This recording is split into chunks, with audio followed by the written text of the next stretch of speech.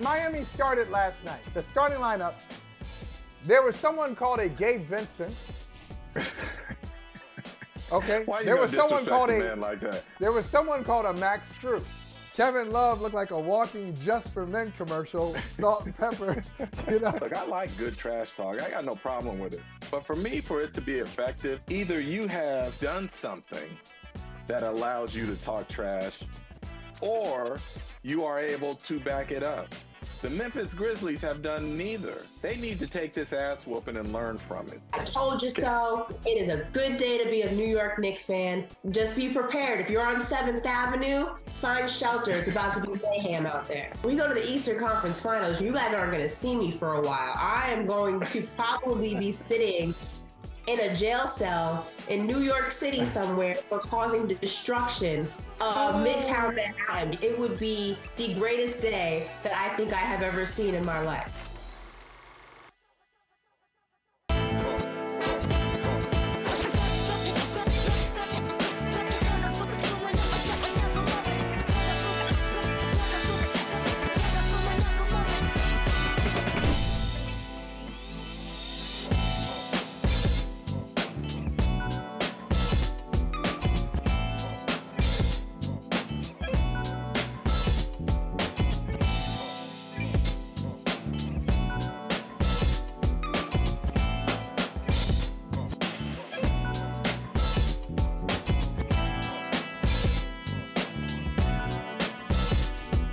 Actually did a poll asking these types of questions. Who's the best player? Who's the most underrated? Who's the most overrated? Who's the league's MVP? Who's the best player of all time? And it was really interesting to get these questions answered by the league's players, because those are the people that are, you know, qualified to say that.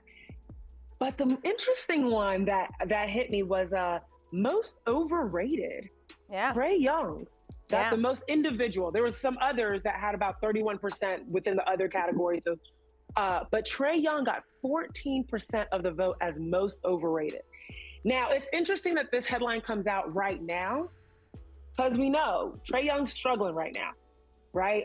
He's been struggling his last 2 playoff appearances. He's just not putting up the numbers that we're seeing in the regular season. But it was fascinating, because I'm now thinking, like, what does overrated mean? Welcome to Women's Wednesday on Brother from Another. Zena and Keita here. Kelsey, let the beautiful people know who you are, girl. Zena, it's so good to be back with you. Hello, everyone. Glad to be back on our Women Wednesdays. I am Kelsey Nicole Nelson, coming to you all live from Washington, D.C., where I cover all things sports. But I'm out there looking at y'all on the West Coast. Y'all got all the action happening, Zena. So just glad to be here with you. So much to talk about. So much to talk about. And you're talking about the West Coast, but let's go back to that East Coast conversation first, right? So last week, Natalie and I were talking about this very interesting athletic poll that came out, calling from the players saying that Trae Young was overrated. And I asked that question. I was like, what does overrated mean? Because while Trae Young had not been putting up his regular season numbers, to call him overrated was a little bit suspect. And if there's any questioning, Trae Young made sure to shut those comments up last night. He forced a game 6. I mean, literally an unbelievable performance, 38 points, 16 in the fourth quarter, a season-saving performance out of Trae Young.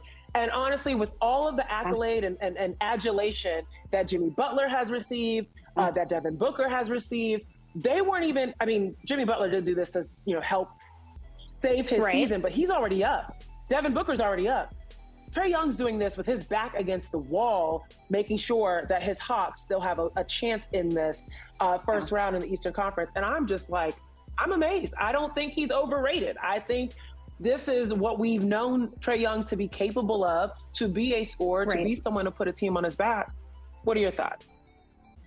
My gosh, overrated no more. I love the performance that Trae Young put on. He put on for the 404s, you know. You have to give him credit for that. Literally saved Atlanta. I mean, if I'm Atlanta right now, Trae Young better be getting free wings and everything else that he wants in Atlanta for that performance. I mean, 2.1 seconds left. The shot goes over. Jaylen Brown. I mean, you can't make this stuff up. This is the type of thing you wake up this morning and said, my gosh, if I miss this game, I mean, you're mad at yourself. Ice Trae for a reason. And all of a sudden now there's new breath in this Atlanta Hawks team. You know, you get DeJounte Murray back, right? He's coming back that next game, your second leading scorer coming back. And all of a sudden it's like, hold on, Boston Celtics. I know y'all might be the favorite in the East, but we are not going to make it easy for you. So for me, I love Trae Young getting these accolades. I think we forget, 24 years young? You know, the man is a baby still. I know he's a baby. Spoiled by him. He's young. He's 5 seasons in the NBA, but it's because we've gotten so used and accustomed to his greatness. And let's remember, too, he doesn't have all these the superstar help around him, right? I mean, literally, other guys have had to step up. He's been struggling. But all in all, I mean, Trae Young, I'm excited. And I know we're going to talk about this, but Janet Jackson fans, for good reason, y'all have to wait. For very good reason. Exactly. It's so funny because I had a poll on my Twitter yesterday asking, of all the 3 teams that could close their series tonight, that was the Suns, that was the Nuggets, and that was the Celtics.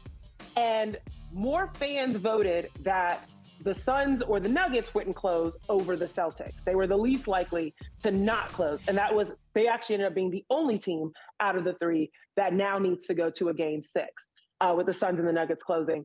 And that's the thing that's so impressive about this Hawks performance. They did it on very, very bad territory, right? We know the Boston Celtics territory. Those are not, it's just not an easy environment to play in. Exactly. And so for them to be able to carry a win out like that and then take it back to the A as DeJounte Murray now will get a chance to play again in game 6. You just talked about not having stars around him. DeJounte Murray wasn't available for game 5. So that even adds more to this storyline of game 5 and the Hawks really rising to the occasion. And speaking of the occasion, sorry, Miss Jackson, you're going to have to move your concert. That's what's going to happen. Exactly. I mean, it's so crazy. I don't know if I should look at State Farm Arena and whoever's working the content and programming over there and be like, did y'all not believe in your team? That's my problem, Zena. Come on, right? There's no excuse for this. Are y'all that, sad about this Hawks team that you were like, yes, we're going to bring Miss Jackson concert fans, come get your tickets? That to me would hurt me. I said, this is unexcusable. This needs to be an apology. I don't know, all the Hawks players deserve to, go to a Janet Jackson concert for free or something because they have to make this right. I mean, there's no excuse for this. But I'm so glad that the Hawks said, wait a minute, Janet, we know you're royalty, but we've got some more basketball that we'll be playing. So the fans, again, keep those Janet Jackson tickets because I know you pray the pretty penny for them. But Janet has to wait. Janet, we've seen her greatness for so long. She has to wait again. We're seeing this young, youthful, vibrant, I don't want to kid, but a young guy and Trae Young. Exactly. So I think for good reason. Janet fans are waiting. She should be in the front row rooting them on after this mix-up. So Hawks, make it right. Exactly. Well, now we covered a little bit of the drama on the West.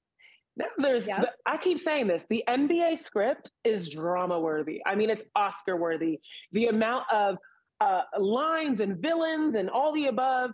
But what's so interesting is when one person in one part of the world or the universe is paying very close attention to another part of the universe that you didn't think was phasing them or living rent-free in their minds. But it seems that someone in Denver is paying very close attention to people in Arizona. Very interesting. Let's see what Jokic has to say about his upcoming contenders.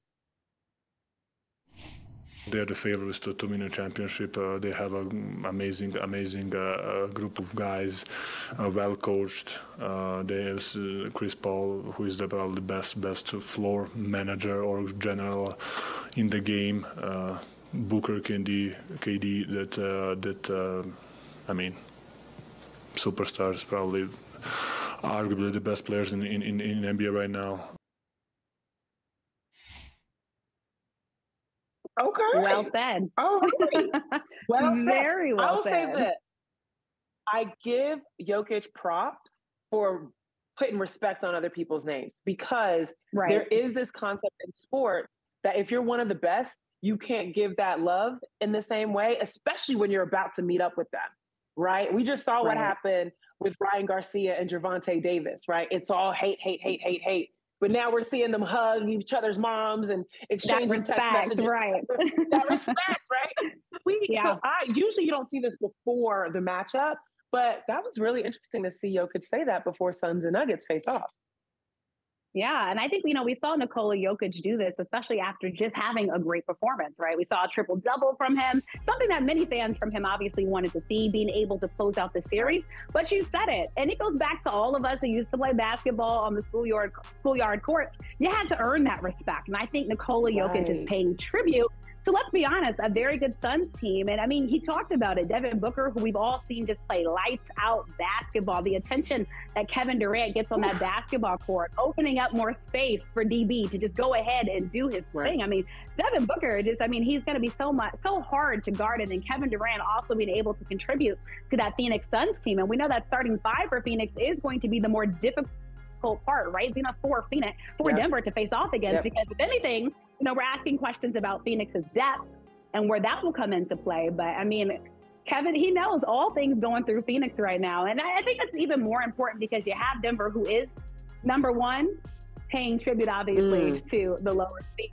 And Phoenix, I think there's so many things that you could look at, but I love seeing that from him. And again, how can you not like the guy? I mean, this is what's needed in basketball. I think all of us are looking forward to this series. I think it's going to be a great one. You'll think about, Jokic going at it with Ayton, and it's going to be a good series. So I think he should helping to preview and hype up what is going to be. But it's going to be, the Suns are going to have their work cut out for them. I mean, as we saw them struggle somewhat against the Clippers, right? Against the Clippers team that wasn't at full speed. But now you get a Denver team hitting it at the right time. We didn't get to hear from Jamal Murray in that clip, but somebody else is playing obviously really well for Denver. So I think Nikola Jokic he just did all the advertising for all the TV networks. Just play that clip right before the series, because that will get us all to watch. Exactly. No, that's exactly right. And I think that I think that Jokic has really shown a level of maturity right now. Right. I mean, we saw what Jimmy Butler said about who's the MVP. He said Joel Embiid. You could call that tampering or not. Players can't get fined for tampering. That's fine. But yes, talking about Joel Embiid, everyone's been calling for Joel Embiid to be the MVP. And so I think Jokic feels like he definitely has something to prove. This is the postseason now. So regular season's over with. We'll find out who the MVP is this week. But for him to say that in the midst of people still not trying to give him his credit and give him his flowers, and still pitting him against Embiid, I think that is really mature, and there could be a lot more of that within the league. Now, this series is going to 7. We saw the Nuggets last night barely pull out that win against Minnesota. Shout out to Anthony Edwards. He got called out for having 7 points the very first during, I think, the play-ins, right? And then showing up and showing out during the series. Turned it around. All the teams that were down, turned it around. All the teams that were down 1-3, shout out to their love, shout out to their fight. This series is going to 7. And I think it's because you're going to see Denver be the powerhouse they are with the depth that they have, but you're also going to see the spiritual, as Kevin Durant called it last night, the spiritual performances. He did go holy. He did go holy. He did go holy. We're going to see the spiritual performances of Devin Booker and Kevin Durant, and Chris Paul being on display. There's a lot of maturity and depth from an experience perspective on the Suns side. So I'm so pumped for second round. I can't believe they're still in the first round. It's wild. But speaking of maturity. So much good basketball, Zena. And really quickly, before you go to maturity, I just want to say I love Kevin Durant too, giving praise to Devin Booker. Because obviously Kevin Durant is used to being the guy, right? He's used to being the guy. But anytime you talk about maturity, anytime you're able to say, you know what, I'm accepting my role and I'm glad to see my teammates shine. And we're seeing that in Devin Booker. I just thought that was so special. Props to KD for doing that. And again, I think we're going to see so much good basketball because the chemistry is there and they're trusting each other. They're praising each other. I thought that was one of the most fun press conferences to watch between those two guys. So got to give KD props for, again, accepting that role, knowing who he is, but then saying, you know what, I'm going to let my guy go off book and keep doing your thing. I love that. And that's actually goes right into what I'm about to say. It's like making sure that you know your role, taking accountability for how you show up on the court. How can you help your teammates, all of the above. And there is a particular team in the West it's been struggling a little bit. With that. And that is our lovely Memphis Grizzlies. Okay. I would say, I'm going to say this, like, I'm looking at the way everyone's going in on Dillon Brooks. I'm looking at the way that he has somehow construed in his mind that the media did what has, created this narrative about him that he didn't. There's a part of me that's kind of like, are you okay? Like, are you good? Because it doesn't feel good to have the entire media, the entire league, harping down on you. Although you brought this on yourself, it still doesn't feel good. All right. So the empathetic bone in me is just kind of like, are you good? And then you hear Taylor Jenkins, coach of the Grizzlies, call out the maturity level of his team. They said, I'm going to poke the bear. I'm not giving anybody respect till they score 40 on me. And then they say, I'm out, right? When they're asked to answer for the fact that they did not win their games. They let, maybe not for 40, but they let LeBron have a 22-20 stat line. They let Austin Reeves have 23 points on them. And then you're not going to talk to the press about all the things that you said.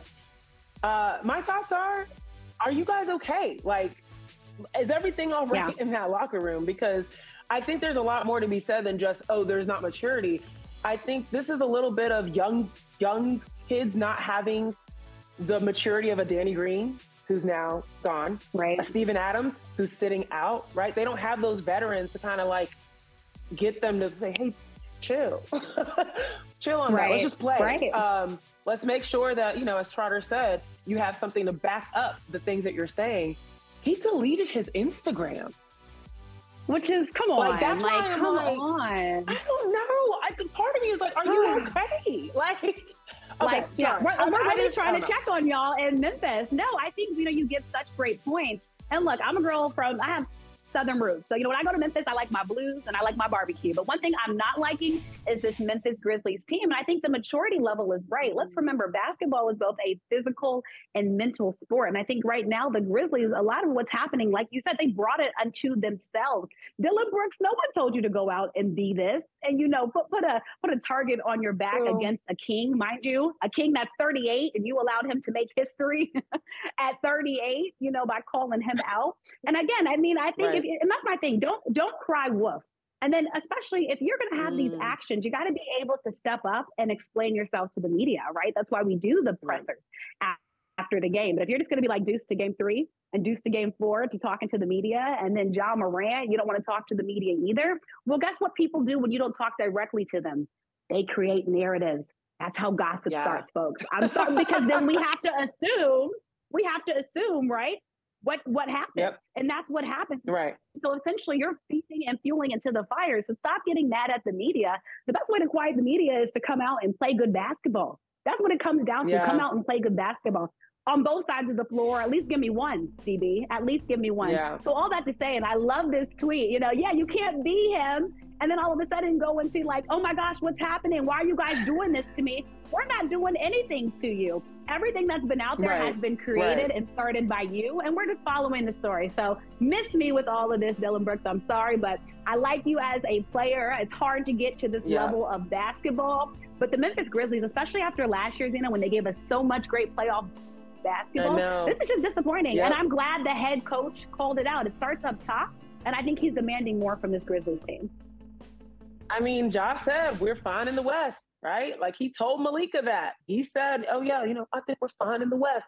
Confident. And it's just been, and they already at NBA All-Star, they called this out. And he had to laugh at himself at the fact that he said what he said. But you're right. You have to back that up. On the Coach Jenkins calling it out, is that a locker room thing? Some players think that. Kyrie mentioned that. He tweeted that.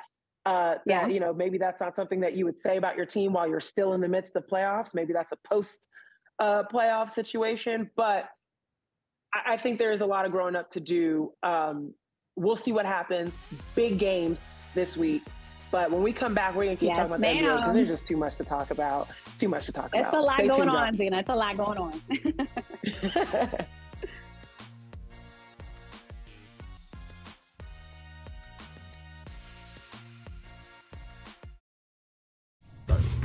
Have they told you if this is mallet finger, jersey finger, like what? I don't even know what that. I have no idea what that means. I have no idea what that means. Have they talked about surgery, whether that's ruled in or? I mean, like I have to play with protection on it. Like if I don't play with the protection and it does get hit, then I'll probably have to get like a screw in it. So, I mean, what I'm wearing, like, I think the big thing for me was, could I feel the pad of my finger? Like, you know, if you're playing basketball, you're throwing a ball, like you want to be able to feel the ball on your finger. So that was a big thing for me. And I mean, it's protecting what it needs to protect. So it's been fine.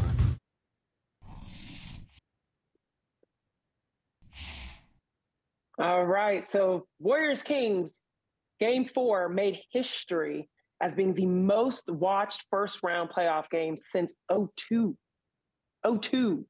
Okay, that's a big deal. At one point, they had 10.2 million watchers at one point. I think it was like at 6 p.m. Eastern time. Wow. Crazy. Or excuse me, Western time. I cannot believe how much hype of playoff round 1 series has gotten. But this series is very special. And to talk about it, I'm introducing a nice friend of ours, Dave DuFour. We are actually co-workers at The Athletic, host for The Athletic. You've probably heard his voice before, talking NBA. And I know that this series has been a very fun one for you to talk about and cover. Well, the Warriors are basketball nirvana to me. You know, the way Steph Curry plays, I mean, it really is, that's beautiful basketball. It's the modern version of that Spurs system, and a little bit of triangle stuff thrown in. So as a basketball coach, you know, that's kind of my thing. And then the Kings play an up-tempo version of that, and they're young and up and coming. And so you've got that whole narrative where the Warriors, who were at one point the upstart young team, are now the old dogs trying to hang on, you know, defending a title. Right. So it has the on-court stuff. It has Steph Curry, which that's ratings in and of itself. And it has this fun Kings team. So it's got everything for me. It's really cool to see. Yes, I feel like this, like the Warriors are looking in the mirror and playing their younger selves. And that's a really cool thing. And then you think about Mike Brown being the mastermind behind it is even another added layer. I think that this Fox injury, though, there's been a lot of things going throughout this series, you know, whether it's the Draymond suspensions, and just Gary Payton getting hurt, like all these different things getting involved. Now De'Aaron Fox is hurt.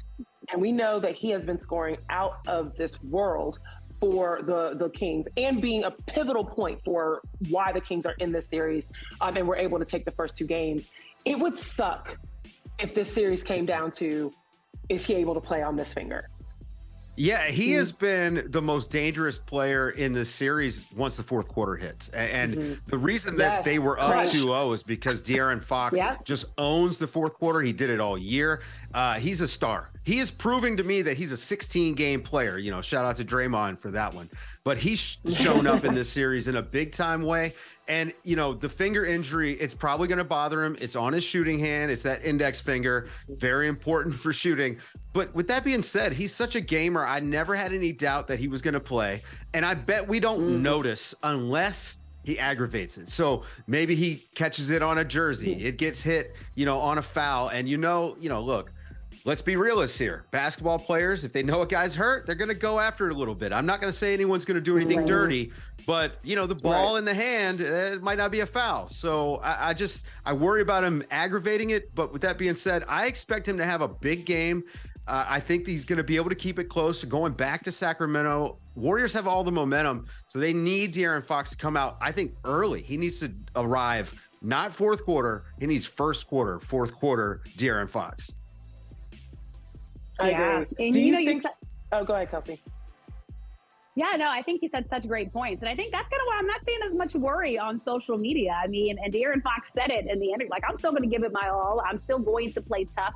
You guys talked about it. He's been Mr. Clutch, and that's what you need in playoff basketball. But all that to say, you know, for the Sacramento Kings, if he isn't able to be his full self that we've been able to see, you know, you talk about guys needing to step up, and somebody I think that's been mentioned, Domantas Sabonis. And I would love your thoughts on him and, you know, how he can make hopefully more of an impact in this series if the Kings Kings are able to come out, which Malik Monk has said he sees them coming out of this first round against the Warriors. Would love your thoughts on that. Well, not to sound repetitive, but 16-game players versus 82-game players, and Domantas Sabonis might just be an 82-game player. I mean, he put up incredible numbers during the regular season, but he can eat innings. And he can be tough in the regular season. But we see once you get to the playoffs, it's basically a different sport. And he can be mitigated. Yeah. You know, the Warriors in the first 2 games, they didn't do a good enough job of forcing Sabonis outside the 3-point line on those. They weren't picking up early enough to force them farther away from the basket on those actions. But he's pretty much just been mitigated by Looney and Draymond Green. They're not worried about his scoring. He's not going to shoot. They don't guard him. Basically, you know, you're sending 2 people to the man coming off the dribble handoff instead of worrying about Sabonis. And so if you don't have to worry about a player involved in an action, that's a double team. So he's been ineffective. Yeah. And I mentioned this after game 1. I thought this could be a big Alex Len series because he's got like a 6-inch height advantage over every single Warrior. Yeah. So when you look at the 11 or so minutes he's playing a game, I mean, the guy has been positive. Right. He has won all of his minutes. And so I'm not saying you shake up the starting lineup or anything like that, but I think that maybe if Sabonis doesn't have it going and he's ineffective, go to Alex Len earlier if you're the Kings, because you know, it's going to get late really early. If they go back to Chase Center down 3-2 after being up 2-0, it's a wrap. They're not coming back from that. They're not even going to see game 7. Yeah, that's why I'm so excited for tonight, because there is so much pressure on the Kings to make sure they win at home. But the Warriors have such, as you mentioned before, Dave, all of the momentum. And we're seeing kind of like the makings of an explosive game. We still haven't had a game 6 Clay, because it's not game 6 yet, but we haven't had that Clay game, right? That he's capable of doing. And because he's been playing so well defensively, I just feel like it's brewing. It's there. And I know that The Athletic has talked about that as well. I want to touch on some of these kind of storylines around what's going to happen in the next round with either one of these 2 teams, and why the pressure is on them to close now, because I think it was Charles Barkley that talked about you want to win 1 game at a time. So if you go back, you just mentioned this point, Dave, if you come back and Sacramento, you're like, we got to close at home. But for the Warriors, we just have to win 1 game. One game. And you think about, you know, Lakers and Grizzlies still going technically. You think about people needing rest and things of that sort. Who do you think there's more pressure on to get to the next round more quickly, I guess, for the Kings or the Warriors? I mean, it's got to be the Warriors, because who knows how long they can keep doing this. You know, the Draymond could opt out this summer and the whole thing is over potentially. You know, Steph Curry's 35 years old. And for the Kings, their season was a success. The moment that they won 30 games, it was a success. So everything since then has just been found money. And it's a great story and it's something to build on. But we're seeing, this is the early years of the Sacramento Kings. I think that they're on the way up. I mean, Mike Brown is a championship level coach, I believe. I mean, he's gotten to the finals as a head coach. He obviously won rings as assistant coach. He's a great vibes coach. It's so obvious he's set the culture there that's going to lead them into a brighter future. But the pressure is all on the Golden State Warriors. They're the defending champions. They underperformed all season long. And everyone has been saying last year's a fluke. Every year they get some injury luck, right? Everyone's got a story, a way to knock the titles, and they have to live up to it. But the big thing is the dynasty is running out of time. These guys are getting older. And again, the Draymond contract situation, you know, this suspension in the playoffs just shone a bright light right on that whole dynamic. And you have to wonder, you know, how much longer can everyone deal with this? And also how much longer can they afford it? Because the new CBA is going to factor into all this. So yeah, the pressure's all on the Warriors, but they've been here before. Yeah, that's true. That's true. I assumed you're possibly going to talk about the injury, maybe being like, we want to get closer to the end so that De'Aaron has time to rest that finger. But let's talk about injuries. Because they've been everywhere. They have permeated throughout the league and made an impact on potentially the outcome of series, where teams are right now in their matchups. I think probably the first one, PG, Paul George, even before playoffs started, not being able to play. And now, obviously, Kawhi Leonard, his teammate, also sitting. And now that series is over. I'm curious, Kelsey, what do you think is the most impactful injury so far of this playoffs? Well, first off, let me just say it's been heartbreaking to see this. And this is why health is so important in the NBA and why depth is so important. Also knowing that next man up and who can fill in any one of them. You know, I'm in the DMV, so I'll tell you, our hearts were broken when we saw Victor Oladipo go down. You know, he's one of ours. We know how hard he's worked his way back. And honestly, I think that's why, I'm not saying that he was the most impactful player on the Miami Heat, but just knowing that Jimmy Butler probably took all of that personally. And I think they have probably just a new sense, you know, I think that's why we're seeing the Miami Heat just be so good, and especially Jimmy Butler be so good because he's known how much he's had to step up. Tyler Herro, I mean, just think about what Miami has been through, and Bam Adebayo, right, not having all of his best games. And so I think when you look at this Miami team, that's why it's even more impressive seeing what they're doing. And yes, I know you could say, you know, well, the Bucks didn't have Giannis the full series because of the injury, but still, no one gave Miami any hope. Am I right? I mean, people really thought the Bucks would just breeze through. Many people have the Bucks going to the finals, right? At one point, they were the top team in the East. Now, I know Sportsbook have since put the Celtics on top, but Miami, I mean, the Milwaukee Bucks are still right there. But all in all, I mean, my heart just breaks for the Miami Heat just because of, I mean, they've had to go through this now multiple times with multiple players. But luckily for them, they've seen guys step up. And honestly, I think now they've been one of the most fun teams to watch in the NBA this playoff series. And again, how lucky are they, though, that Jimmy Butler turns into playoff Jimmy and he's just continued to deliver bucket after bucket after bucket. So again, that one was personal for me. He said he's just playing basketball. It's true. He's just a hooper. I'm going to give him his credit. Nah, we don't hoop like that, Jimmy. You want another level. Hey, everybody else is here and you're here. Back to the 16-game player thing. That's Jimmy Butler, right? I mean, this is a guy, he's been to a finals. I mean, we know how he shows up. In a single elimination game, you're giving me any player in the league, and there's a chance I might take Jimmy Butler. He's shown up time and time and time again. I mean, this game, one of the greatest playoff performances ever. You know, you mentioned their down Tyler Herro. We can argue the utility of Victor Oladipo for this team. I think that Tyler Herro, much bigger loss, obviously, because he was the only other guy that could stir the drink for them on offense. And now it's all Jimmy Butler, who spends 8 months of the regular season playing around, making us all think that he forgot how to shoot. He shows up with the, you know, the ridiculous hairdo just to troll us once playoff time comes around. And he's going to just own the world. And we all have to show that photo. Yeah. This guy, I mean, he played the long game on this thing, right? He is insane. But back to the injuries, because I actually think the injuries have already potentially affected the championship outcome of this year's playoffs. I mean, this Giannis injury is major. The Bucks look old and they look slow and unathletic when Giannis isn't out there. And he wasn't 100% in that game. He looked a little gimpy and tight toward the end. Chris Middleton has been bad. I mean, real bad defensively. Jimmy Butler ate them alive. Mike Budenholzer made no adjustments. Drew Holiday taking bad shot after bad shot. And so this is one of those things where the Bucks have gotten stuck playing one way and they can't break out of it because they don't have the guys to do it. You mentioned depth before. They just don't actually have playoff depth. And neither does Miami. Miami's doing this sheer will of Jimmy Butler, and that is it. I'm giving no one else any credit. Kyle Lowry's been okay. Bam Adebayo's been bad.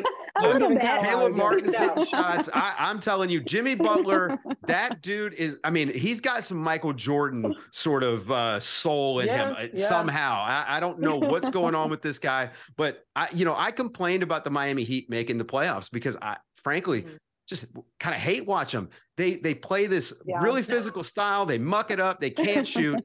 And Jimmy Butler has been a revelation. I have enjoyed every minute of Jimmy Butler in the playoffs. So I'm shutting my mouth about the Miami Heat. No more hating on them for me. But the playoff picture is completely different. The finals has already been affected. You know, the Suns, they got out of this series. And I'm telling you right now, if Kawhi Leonard had stayed healthy, it at least goes 7. Another one. And they might lose because they don't have depth either. And so they get to their next round matchup with the Nuggets. The Nuggets have been doing this all year long. All their guys are playing really well. And, you know, the Timberwolves put up a hell of a fight, but the Nuggets are such a better team. I think the Nuggets and Suns, You said it was going to go 7 in the previous segment, Zena. I'm not so sure about that. I think the Nuggets might be able to do this in 6. They can just pound them relentlessly. I'm not sure who's going to guard Jokic. That series is really interesting to me. The reason why I think it's going to go 7 is because I think it's going to be a sludge. Because Denver just hasn't been that consistent for me. They've had high games. They've had games. I mean, to me, last night was all I needed to see that Phoenix even down the amount of players that they need, aka some depth, people that can come in beyond Devin Booker and Kevin Durant and put the ball in the bucket and Torrey Craig. I feel like there's going to be some sludge games, and that's going to be the thing that's going to extend this series to a much longer one than we probably want. But it'll be fun because I would love to see Jokic. Oh, I want 7. I want 7. I want Jokic versus Kevin Durant. Game 7 down the line. Yeah. Sludge games. That's what it is. But no, this is why the NBA is Oscar worthy, because you can't predict these injuries. You can't predict how people are going to from these injuries, how people are going to adjust from these injuries. And so it has truly been whatever you thought was going to happen, throw it out. Throw it out, rewrite it. Exactly. And, talking about rewriting really quickly, just how special will it be, how special will it be if Denver is actually to move on past the series? Because what happens every time we see Denver in the playoffs, folks are like, oh, okay, they're good in the regular season, but we just don't believe in them in the postseason. But I think Denver has a chance to actually change that narrative around them and potentially, don't get on me, folks, potentially go the distance. I'm just saying, because if they can keep playing like they're playing, and the Suns team, many of us had them going to the championship, but again, they look a bit different. They just do. I mean, I was hitting my Staples, my panic button on my desk multiple times watching the Suns in this series, just because it shouldn't have been this hard. It should not have been this hard. So I'm just saying, Denver folks, this might just be the year that y'all get to say, y'all kept, doubting us before, but there could be something special in the water. And how special would that be for Nikola Jokic? Right. That'd be a legacy win for him. It would be huge. It would be. Dave, I'm so sad. We're out of time to talk about all these things, but I'm so grateful that you were on the show. We appreciate your insight. Thank you so much for joining us. You got to come back. Thank you. Yeah, thanks for having me. We'd love to. See you guys. Bye.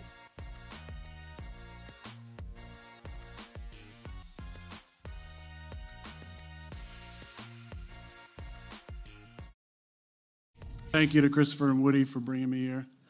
Obviously, Coach Sala, Joe Douglas, my agent, Dave Dunn. This is a surreal day for me. After spending 18 years in the same city, it's been a lot of introductions today and meeting a lot of people, but there's a lot of excitement. I'm here because I believe in this team. I believe in Coach Sala. I believe in the direction of Joe Douglas. Obviously, he's drafted really well the last couple of years, having the offensive and defensive rookie of the year. But big thanks to the Jets organization. Obviously, a big thanks to the Green Bay Packers organization for an incredible run. That chapter is over now, and I'm excited about the new adventure here in New York.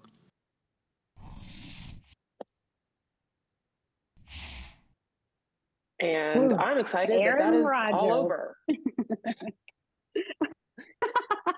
I thought that was the perfect soundbite until I wrap that. I'm just so over this whole thing. So I believe in you too, Aaron. Thank you to the Green Bay. Thank you to New York. Thank you, everyone. Let's wrap it up. It's the go ahead and take a bow. I mean, first off, welcome Sheena Quick from Fox Sports Radio, my colleague, my girl. Sheena, so great to have you. We wanted to have you on this segment as someone who covers the game of football. Aaron Rodgers has been dragging us. He's been dragging us through this whole thing. Will he finally become a Jet? Literally dragging us off of all of our screens, because that's what happened, I think, to most of us when we finally found out that it was official. I think all of our faces were just like, we didn't know. So it finally happened. Listen, he's gotten away. He's gotten away with being the most toxic player in the league, and no one says anything about it. I feel like that just goes under the radar, but he is arguably one of the most toxic players in the league. Easily. Literally. I mean, he goes into the black hole, then we don't know what's going to happen after the black hole. He doesn't know if he's going to retire, and he thinks he might retire. And, we have to, watch the Pat McAfee show to figure out what's happening in his head. But finally, New York has a quarterback, a 39-year-old quarterback at that, take what you want of that. But New Yorkers, Sheena, feel like they're believing. I mean, Aaron Rodgers, first off, I thought it was such a different demeanor in this press conference. I mean, he seemed like a happy guy. He was. We haven't seen that in a couple seasons.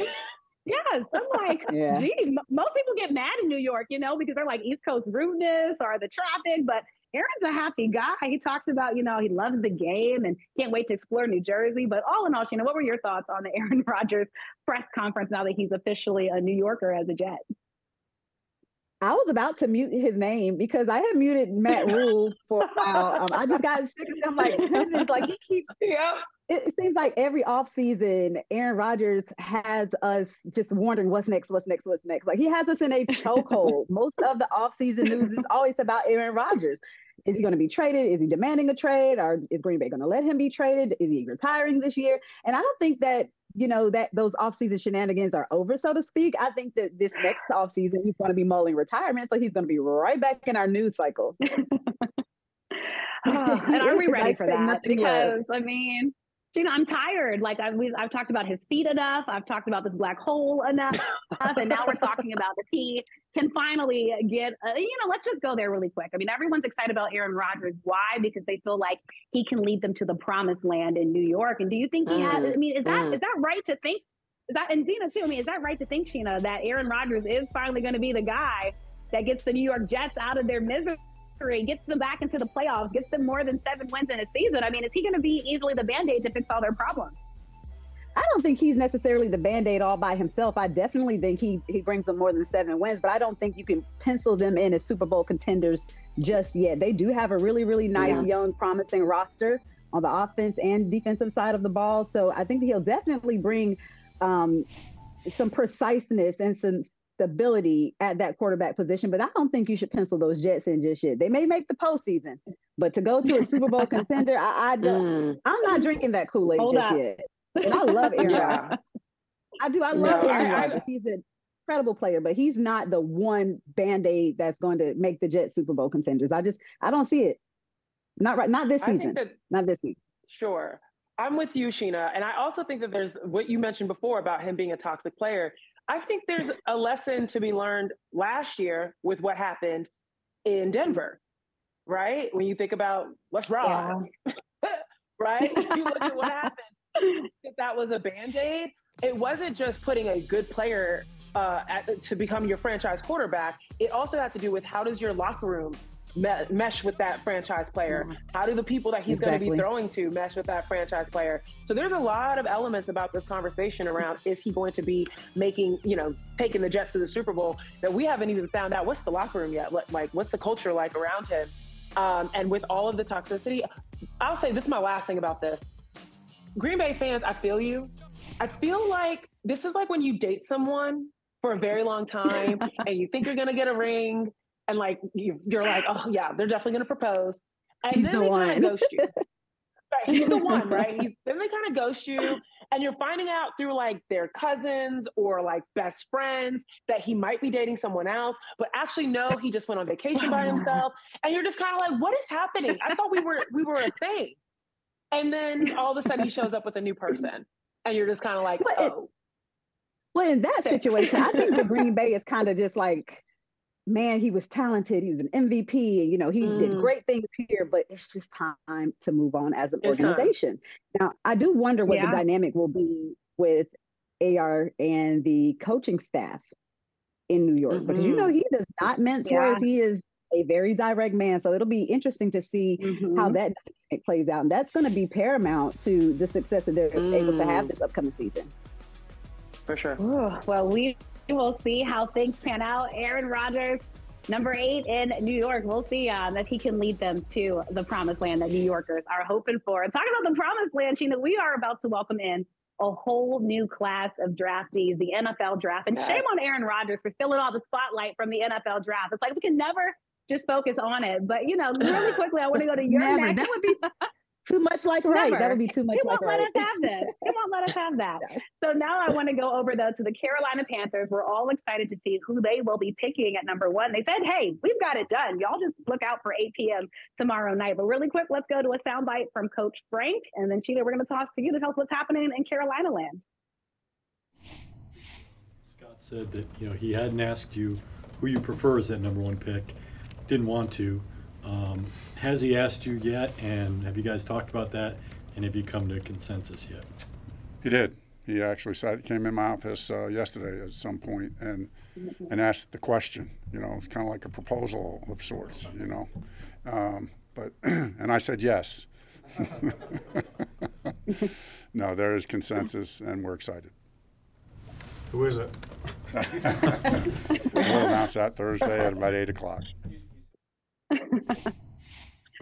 All right. So it seems like everybody's on like marriage and proposals. We all just want to get married to somebody. And you're hoping that that first pick will be someone that you're in a long, non-toxic relationship with. But Sheena, they said they know the guy. And we're hearing that it might be league-wide expectations are that it's Bryce Young. But can you give us any insight into who you see Carolina bringing home with that number 1 pick? I think it's going to be Bryce Young, and I am probably in the majority of people that would be completely shocked if his name is not called first tomorrow evening at 8 p.m. He's just a winner. The guy's a winner, and the questions about his size and durability, none of that stuff came up until after the college season. We weren't hearing that last season when he was mocked at 1. He's been mocked at 1 for the last 2 seasons almost. So if all these concerns all of a sudden about his size as though he shrunk, like he's not going to get any smaller in the NFL, guys. He's not. I promise you. Right. But, he won at every level. And he won. I know being in Alabama with Nick Saban and just all that tradition, it's easy to look at last year and say, oh, dang, it's Super Bowl, not Super Bowl, I'm sorry, it's national championship or bust for them. But he did a lot with a little when it comes to Alabama standards. He didn't have any, superstar weapons or anything like that, but never once did he waver, never once did he back down. He has not missed a ton of games due to durability. And, people are saying, oh, but the NFL, the D line is bigger and the offensive line is bigger. Can he see over the line? He played in the SEC. And for years, decades, the debate has always been that the SEC is the closest thing to NFL football. So don't change that trajectory now. Don't move that goalpost because you're not a fan of Bryce Young's size. He's an absolute dog. I didn't think that they could go wrong with C.J. Stroud either. They're both really, really good prospects. But Bryce Young, he's different. He's different, and we could talk about that S2. I don't even know if we're going to get into the S2, but he's a winner. And I think that if you are trying to win right now, like the Carolina Panthers are, at a time when the NFC South is wide open, you have a not very young, but a young yet experienced roster on both sides of the ball. You throw in some vets in there with Adam Thielen. You throw Miles Sanders in there. The offensive line is finally cohesive for the first time in a very long time in Carolina. The time to win is right now. You get this pick right, Carolina, you develop this quarterback right, Carolina, you could win the NFC South for at least the next 3 to 4 years, especially with that coaching staff that they put together this offseason. And what's really cool about that, too, is that this could potentially be the very first draft pick, Black quarterback since Michael Vick. 22 years. No, Cam Newton. Cam Newton went first in 2011. Was he number 1, though? Yeah. He was number 1? He was number 1. Yeah, that was the last time Carolina had the number 1 pick. Yeah, that was the last time Carolina had the number 1 pick. But we can have multiple Black quarterbacks. We can have multiple Black quarterbacks, right, in the first round. Yes. Yeah, which would be huge. And think about the narrative of the Black quarterback. Yeah. Sheena, comment on that. I mean, this is historical. This is, listen, and no one pounds the table harder for quarter blacks, is what I call them. I call them quarter blacks. Than me. It's so difficult. Yeah, because the quarterback position is one that's traditionally known as more of a cerebral position, and systemic racism has, put it into people's heads, GM's heads, head coaches' heads, that Black athletes are just athletic and not able to intellectualize enough to lead a team like the quarterback does. And, even with his troubles, Deshaun Watson has shown us that is not true. Cam Newton has shown us that is not true. Lamar Jackson, Jalen Hurts. We have a slew of quarterbacks that are not only just dual threat quarterbacks, but they are able to see the game. They're able to sustain excellence. They're able to stay healthy for the most part. And I think that this is a turning of the tide. And with more Black quarterbacks, we'll start to see more Black OCs. more black head coaches. And that's the idea, because that's why we have such a discrepancy when it comes to front offices and head coaching positions, because in the NFL, like it or not, it's quarterback, coach, OC, head coach. It's hard to get a head coaching job these days as a defensive quarterback. As a defensive coach. Look at Steve Wilkes in Carolina. I mean, perfect example of that. So as that tide shifts, I hope that we continue to see a change at every single level, see more representation in the head coaching ranks, and it starts at the quarterback position, in my opinion. Oh yeah, the smartest position in the room, right? Well, thank you, Sheena, for all of this. We are ready and excited for our quarter blacks. But haven't seen it since 1999. But listen, I'm gonna tell you now. Excited. I hope to never cover another team that's picking it one again. It is stressful. I get that. Right.